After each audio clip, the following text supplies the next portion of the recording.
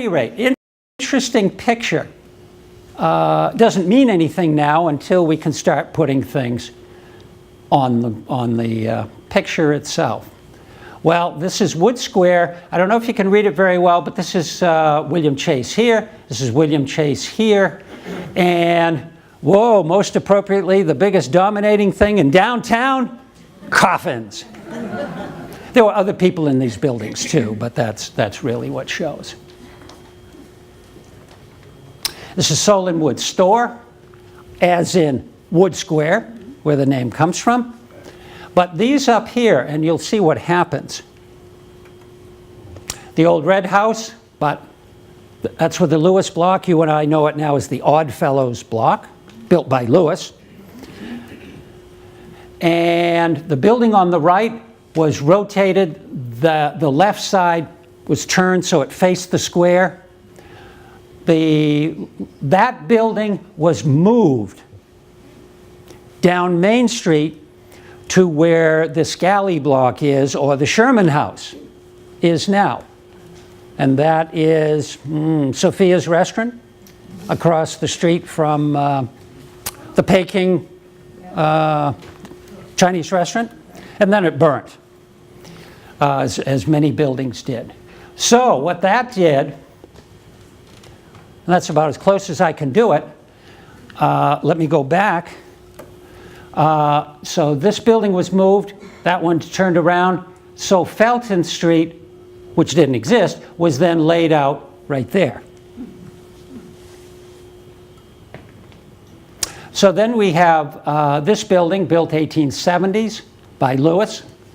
This building on the right, very interesting because, and it's probably not clear, but there is a heron up here, or an egret, and then a dancing deer here, and it says James Gilson. James Gilson was a taxidermist.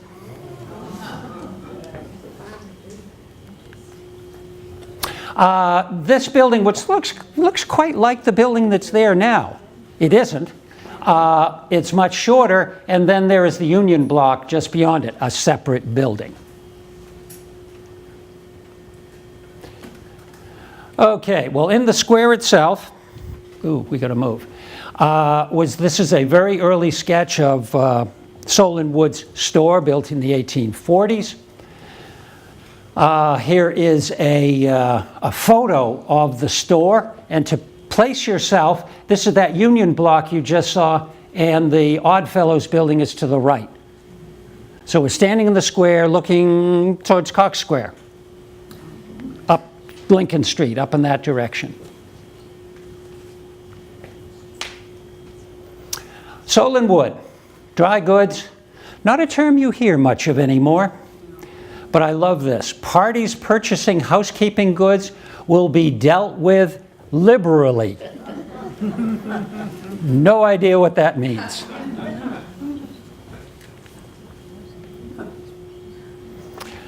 Here's a view. We are standing on Main Street looking west.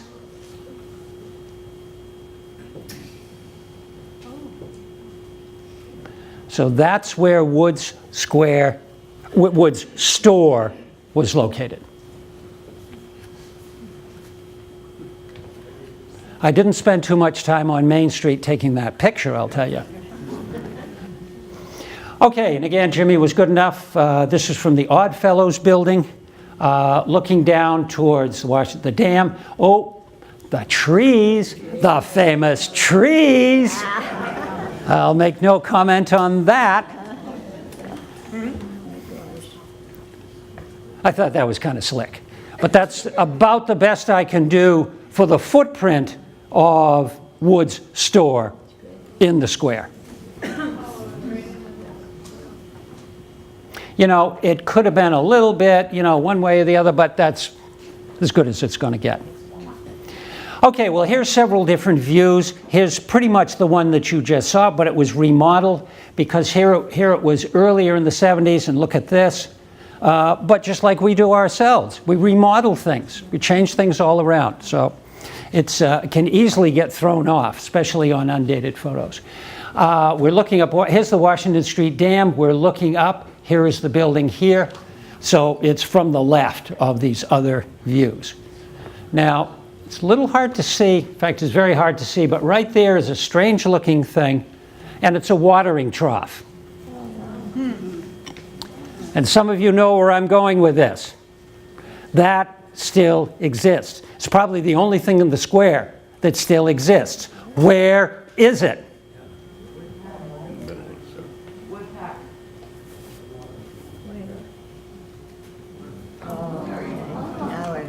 Right on the corner of Park Street and the driveway of Wood Park.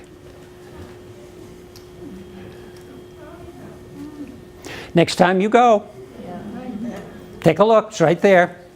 It's one of those things that everybody goes by and very few people ever see.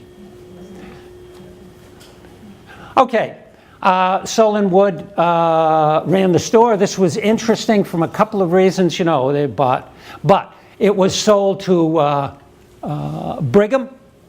The Brigham built up the factories, and it was June 4th, 1894. Interesting date.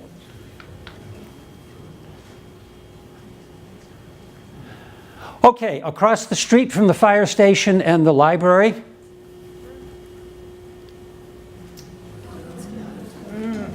Russell Lewis built a wonderful house on Stephen Pope's that looked like a big apartment building beforehand. Building still exists, renovated a couple of years ago. Very nice renovation. Beautiful carriage house out the rear. Very nice. Okay, the old red house. This is the earliest store in Hudson. And this is the Lewis block. That's why it was often called the Lewis building, but now, but this is the first building, no longer existing. There was a fire department up behind. It didn't help. Stratton, you saw this picture a moment ago. Here is the part of the watering trough.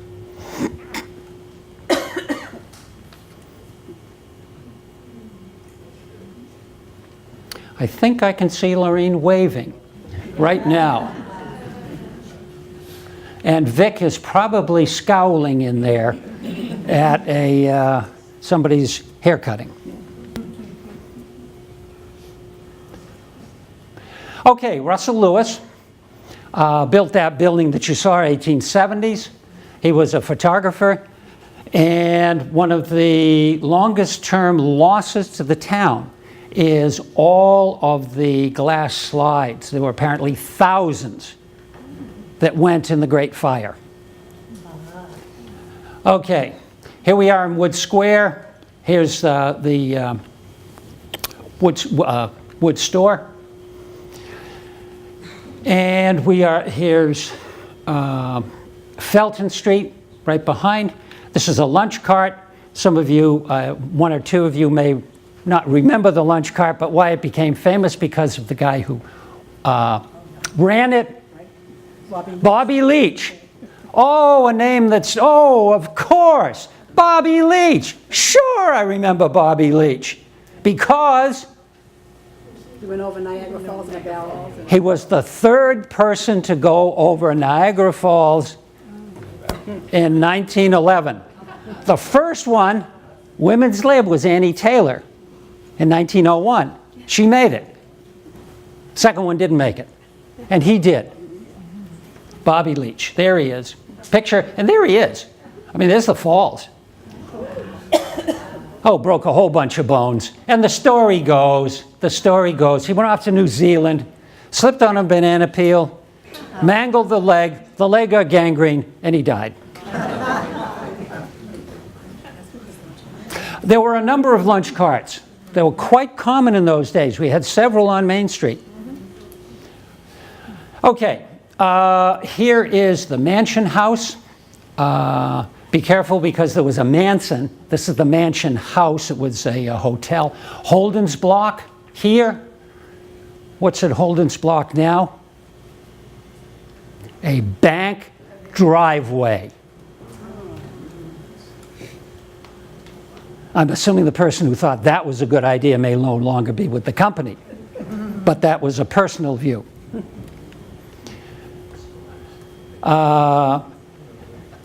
There were lots of ads for these, but notice how good. This was a photo, but how good the sketches were. I mean, they're often much better than the photos.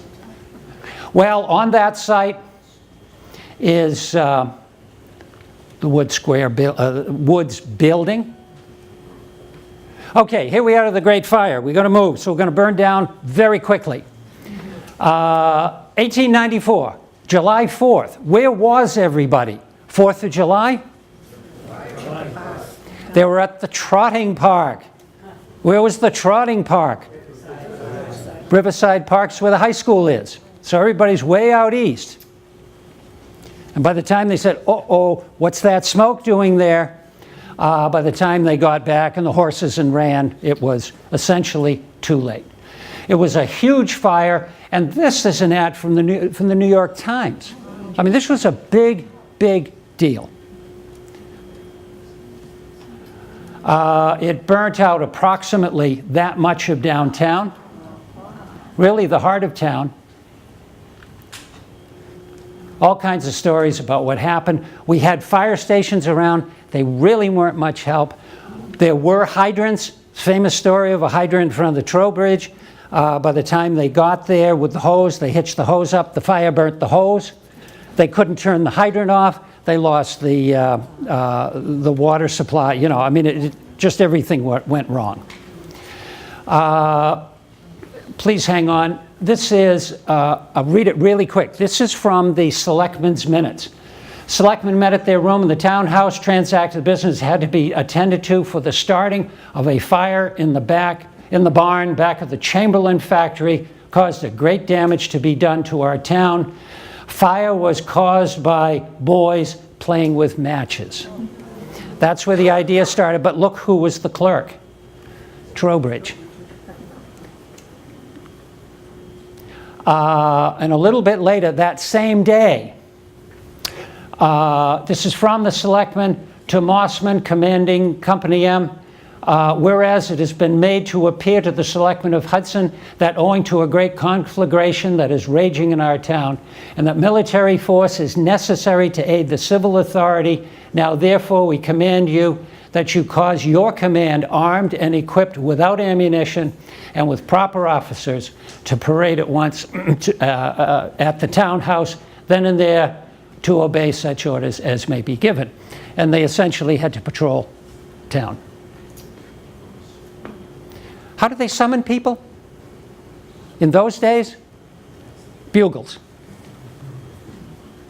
Okay, well here's kind of the very earliest. Remember Frank Brown's house at the library? Back of his house, somebody took this picture looking down behind what is now St. Luke's Church. That's the beginning. That's pretty much the view now. A lot of pollen on the river. After the fire, I mean, it really devastated. It just ate out downtown. Here's a picture as best as I could do it. In order to get this one, I had to go to the roof of Robinson's Hardware. There isn't anything else that I could really do to take that picture. And there are some things that there, but for the most part, here's kind of a close-up here. Off in the distance, the Lewis home, which fortunately didn't burn, but everything else did. The apartment building and the Lewis block, all of that stuff that you've seen up till now went. St. Michael's Church way in the back, the Baptist church next door, no longer there. The town hall, the turret of the town hall, the Unitarian church, which is still there. But look at the devastation.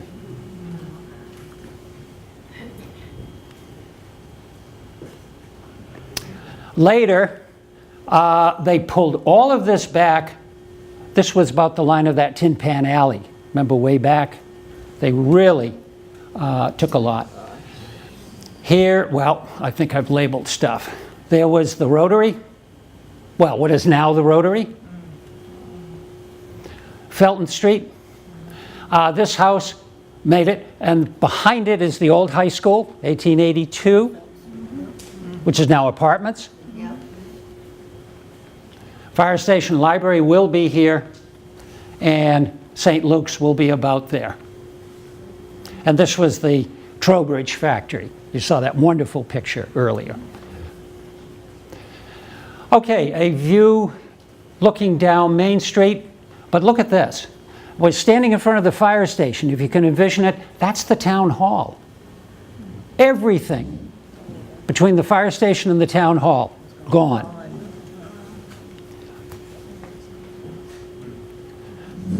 I'm going to skip through here. This was probably the same day. It's still smoldering. Takes a while to get all that stuff out of there. I took a long time looking at this picture. Finally concluded that that was about the old high school. So if that's true, that picture becomes this one. Okay, a lot of stuff disappeared. The selectmen met in very shortly after, voted that the Board of Selectmen deem it inexpedient to allow the erection of any more inferior buildings on the burnt district. Key statement. Selectmen wondering why, or all of us wondering why they're brick buildings. That's the statement. Can't do it. Okay, a lot of things happened here. They widened the street. They actually took land.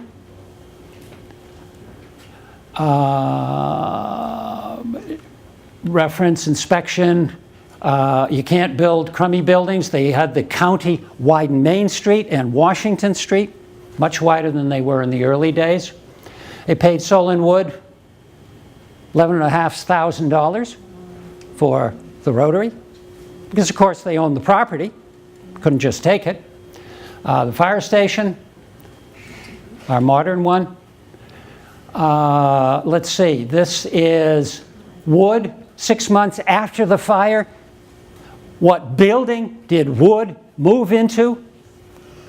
The Wood building. Damn, people are getting better. But we're going to lose them here. And some of you will remember, perhaps, the Gelpke building, the Wood building, and then finally the micro creamery. Oh, I have to show you this. Does everybody know where this is? This is the Prescott building. This is the micro creamery. Everybody know where we are? Okay. I have to thank Jeanette Poplis for this. That's 10 feet. I took a tape and measured it. Guess what? Bill's lunch. This is from about 1940, and I understand Len worked here in high school. Never let it be said. And it's listed there. Okay, we're going to skip up here. A lot of these buildings are replaced. This would be looking down Main Street. We know it's before 1872 because there's no town hall, which will be in this grove of trees. There's the Unitarian Church, the Mansion House. That view. A couple other views.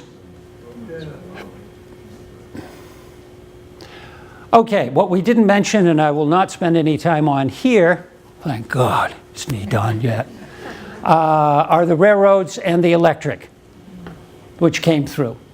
Focused on Wood Square from the late 90s to the late 20s. You could go anywhere. There were 3 major lines.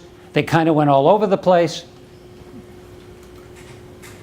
Okay, things are happening now in administration about the Rotary. There was that business of the trees, a lot of fuss about cutting down the trees. Well, you can see over time that sometimes we had trees, sometimes we did not have trees. But there is a desire to do something about that. Okay, some of you will remember the Christmas lights. We could not do this, and I have to thank Dave Bonazzoli for these, and Richard for some of these pictures. Here's the town hall. These are just selected. I mean, it was a huge deal. People came from all over. Light and Power put it up.